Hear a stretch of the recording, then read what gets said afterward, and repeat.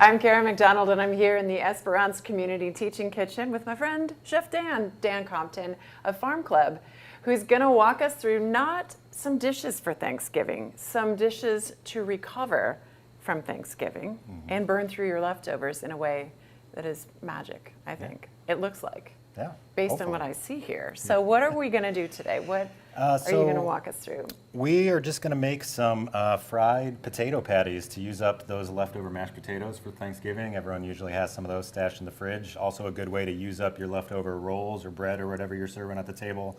That seems to always be left over. So we're just going to make a quick little snack to use those things up. That sounds delightful. Yeah. Okay, and what are we going to serve this with? So this would go great with, you got some leftover gravy. Gravy would be great. Cranberry sauce would be awesome. Anything you want to dip a crunchy potato in would be perfect. Oh, I mean breakfast. Hello. Yeah, okay. Exactly. Great. Well, let's get going. All right. Where do we start? So as I mentioned, leftover rolls or bread, easy way to make breadcrumbs instead of tossing that out for the squirrels or throwing it in the trash. So take your leftover bread, just kind of slice it up into small chunks. Leave it out on your counter uncovered for a day or two so they can dry out and get nice and crispy. If you're on a time crunch and you want to make these right now, turn your oven on low, like 200. You can just slide those in there and just let them, not even toast, just dry out till you got crunchy bread. And then all you need is a quick food process and you can get some breadcrumbs right out of that leftover bread. I love it. So yeah, breadcrumbs, just like I said, you got your dry bread, toss them in to your food processor and give them a quick pulse.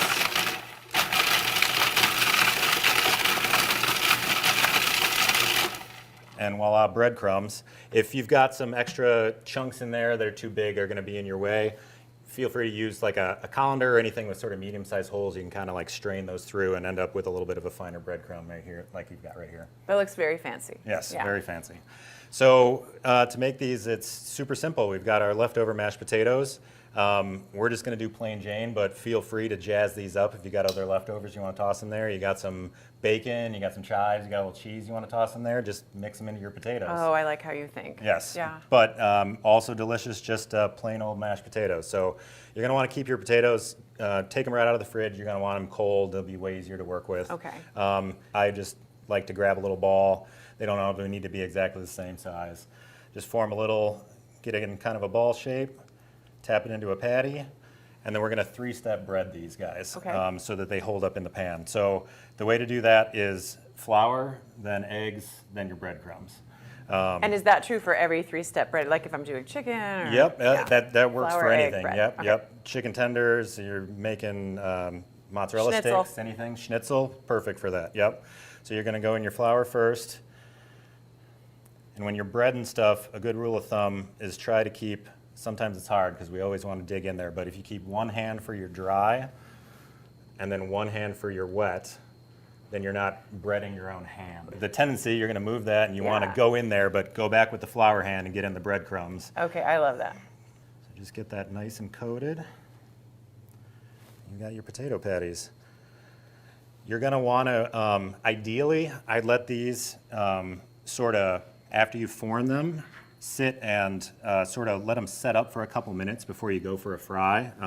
Just let that coating that you put on there sort of adhere and soak everything in so you get a nice coating that doesn't fall off.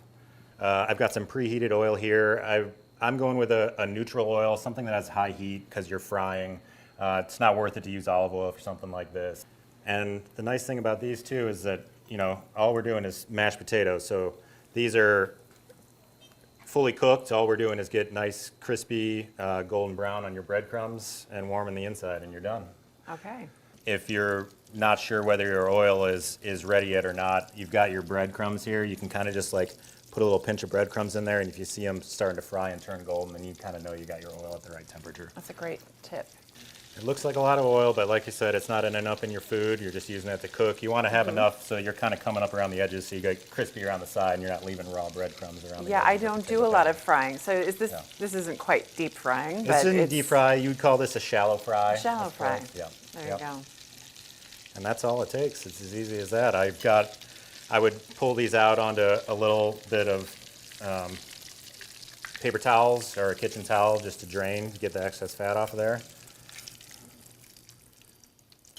And then you got some delicious crispy potato cakes. Well, thank you, Dan. This is great. This is good inspiration. There's no, what I love about these is there's no real recipe. It's just ideas and how to use them. Yep. And I always walk out of here with this like one better skill and a little inspiration to get a little more creative with our leftovers. It's great.